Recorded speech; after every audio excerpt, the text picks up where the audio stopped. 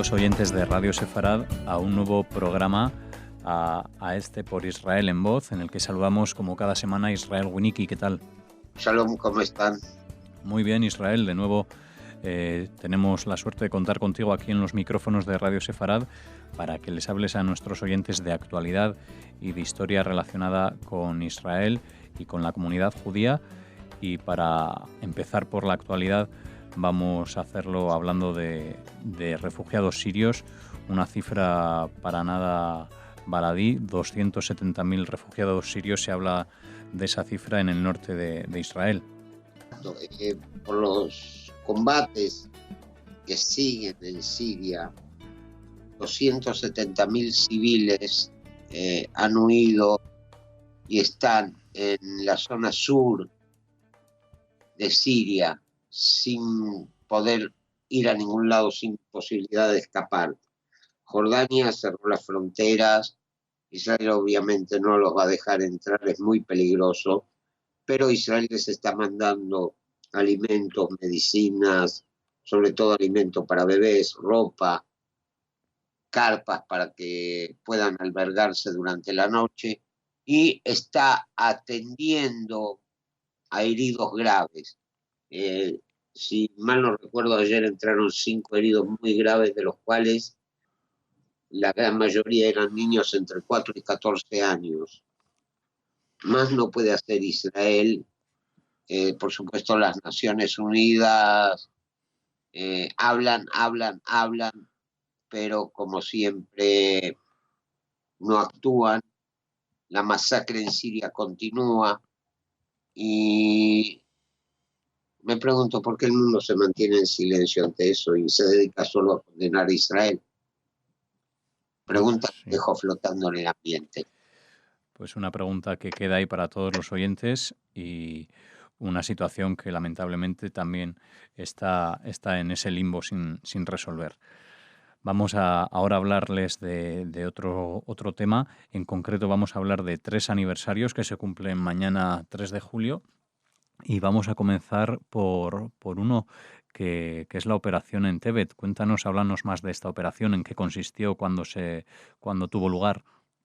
El 27 de junio de 1976, el vuelo 139 de Air France, que iba de Tel Aviv rumbo a París, despegó de Atenas, pero ni bien estaba en el aire, fue secuestrado por 2 palestinos del Frente Popular para la Liberación de Palestina, maniobras externas, y 2 alemanes de las células revolucionarias alemanas, Wilfried Boss y Brigitte Kuhlmann.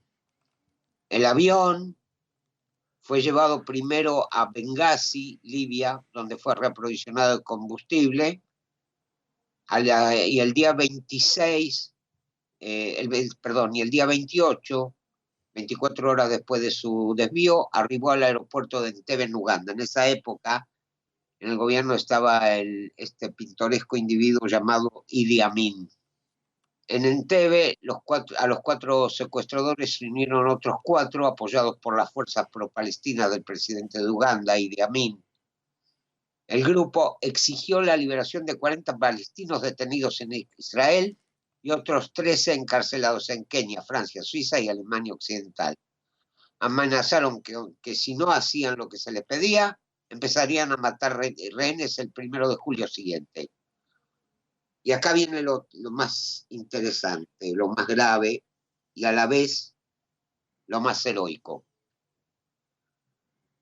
Los secuestradores dividieron a los secuestrados en 2 grupos. Por un lado los judíos y por el otro los gentiles. Algunos de los pasajeros, los no judíos, fueron liberados, pero los 105 pasajeros israelíes y judíos no. La tripulación del avión, cuando se enteró que iban a ser liberados los no judíos y los judíos quedarían ahí, prefirieron quedarse con los judíos. Se negaron a ser liberados. Muy bien, comenzaron negociaciones febriles con Israel Mientras tanto se preparaba una operación de rescate. Se tomó una unidad especial del ejército comandada por Jonathan Netanyahu, el hermano del actual primer ministro. Para ello, primero comenzaron el aeropuerto de Entebbe había sido construido por Israel. O sea, en Israel estaban los planos del aeropuerto. Uh-huh. Se los estudió a fondo, también se estudiaron los hábitos de Idi Amin. Se preparó una operación con todo. Inclusive se preparó un auto similar al de Idi Amin para engañar a la custodia en el aeropuerto. Despegaron de Israel. Hay que tener en cuenta que para llegar hasta Uganda tenían que dar una vuelta porque no podían sobrevolar países con los que en esa época se estaba en guerra, como Egipto.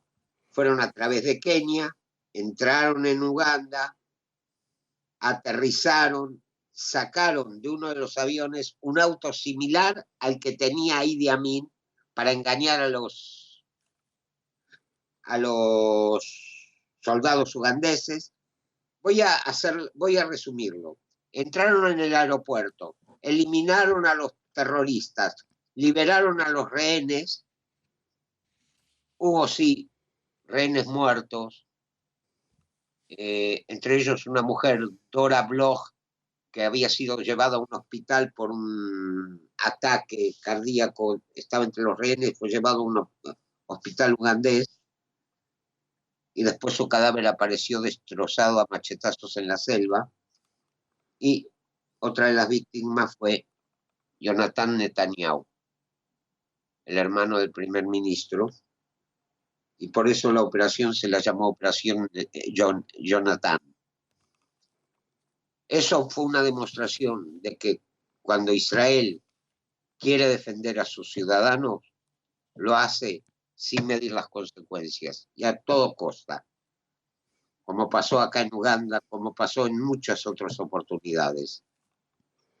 Israel es un país con paciencia, pero cuando tocan demasiado a sus ciudadanos, esa paciencia se acaba y se logran actos heroicos como la operación Entebbe, que mañana se cumple un nuevo aniversario de ella. Pues gracias por hablarnos de la historia de esta operación, y sí, una historia que no creo que deje indiferente a nadie que no la conozca, y seguro que revive muchos sentimientos aquellos que ya tenían conocimiento de ella.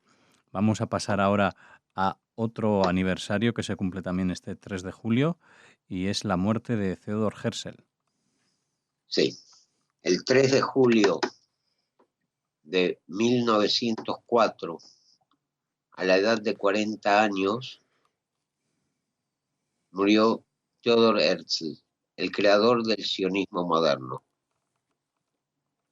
Theodor Herzl venía de una familia judía húngara, se podría decir asimilada, no tenía una gran educación judaica, era periodista y como tal estuvo cubriendo el juicio, el caso Dreyfus en París. Al ver a las turbas atacando y amenazando a los judíos,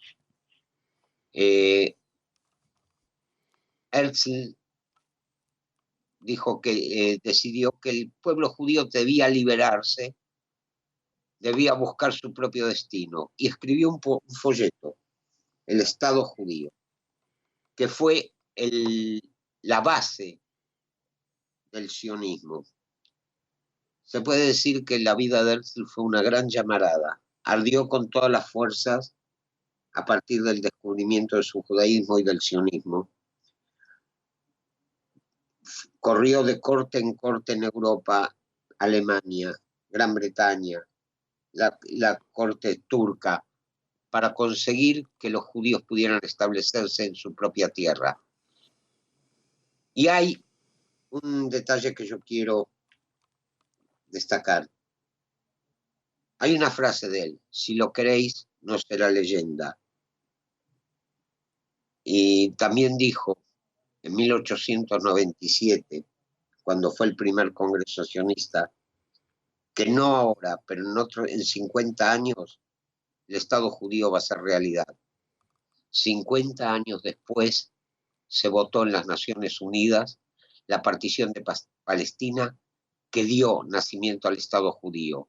Como dije, Herzl fue una gran llama, y esa llama lo consumió en la flor de la edad. Fue un luchador por el pueblo judío y por sus derechos. Y es obligación nuestra recordarlo como lo que fue. El padre de este gran sueño que se llama Israel. Pues si nos hablas de un aniversario, en este caso de ese fallecimiento de Theodor Herzl, ahora vamos a hablar de un nacimiento, del aniversario de un nacimiento, en este caso el de Franz Kafka. Así es, el 3 de julio de 1883, en Praga, nace uno de los más grandes escritores del siglo XX judío, Franz Kafka. Y me río un poco porque si vemos el mundo en que estamos viviendo, si Kafka hubiera vivido en esta época, creo que la metamorfosis o el proceso serían libros de cuentos infantiles, teniendo en cuenta lo que podría haber escrito, viendo lo que ocurre. Él vio una realidad que nosotros no distinguimos, una realidad surrealista, se podría decir, una realidad que va más allá de lo real, un mundo absurdo, un mundo, ¿cómo podría definirlo? Un mundo que se contradice a sí mismo, contradice sus propias aspiraciones y busca construirse a través de su autodestrucción. Todo esto son definiciones que me ha dado en una ocasión un profesor, claro, uno de mis profesores. O sea, él habla de la destrucción de un mundo que busca construirse a sí mismo a través de esa destrucción. Ese es el caso de la metamorfosis. Un hombre que ha vivido una vida rutinaria y de pronto despierta ante una nueva realidad. Se destruyó el hombre que vivía en forma rutinaria para dar lugar a un animal que va a vivir en forma rutinaria, pero en forma diferente. Se destruyó para construirse. Lo mismo pasa con el proceso, con el castillo. Todas y cada una de las obras de Kafka evidencian esto. Y la vida de él también fue lo mismo. Fue la búsqueda de su identidad a través de la destrucción de su propia identidad. Pues desde aquí, desde Por Israel en Voz, le hacemos un homenaje, igual que a todas las personas que intervienen en los aniversarios que Israel Winicki nos comentaba en este programa de hoy, y nos despedimos así hasta la próxima semana, deseándoles que vuelvan y que vuelvan a escuchar programas de Por Israel en Voz, y que entren también, si quieren tener más información, artículos relacionados con temas similares, ¿no? Incluso algunos que también están publicados en la página web porisrael.org. Muchas gracias, Sisi, y hasta la próxima semana. Hasta la próxima semana, si Dios quiere.